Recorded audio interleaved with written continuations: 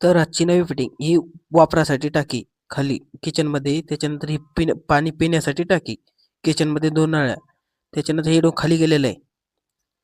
त्याच्यानंतर पुन्हा एक बोरची लाईन आहे. पुन्हा एक नळाची खाली जाते टाकीत पाणी आणण्यासाठी. ही बघा ही एक.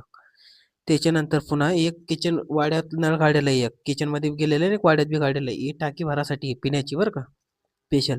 त्याच्यानंतर किचनचं पाणी जोडलेलं आहे पाईपात. त्याच्यानंतर पुन्हा हे मध्ये गेलेलं बघा किचनचं पाणी.